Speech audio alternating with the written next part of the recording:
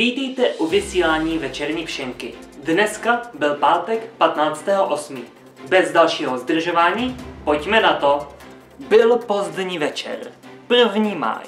Alespoň dneska. Pan Hynek Mácha tvrdí, že je to lásky čas. Ale my zkoumáme jiné aspekty. A věřte tomu nebo ne, ale v noci nás navští vojnéky sorbanec Ričozovi dobu nejuzorný numer kavolcím plus nohánů obecnou kyta. Roda a ladus ke spánku.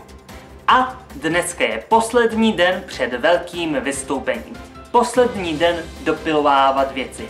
A poslední den možných úprav.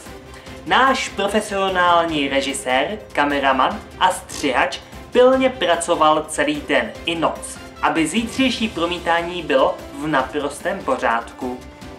Všude po Želivě už jsou již rozvěšené programy. Bylo to řečeno i v rozhlasu, je to na internetových stránkách a lze to dohledat úplně všude. To, aby naše malá akce si zasloužila takový ohlas, jaký si zaslouží.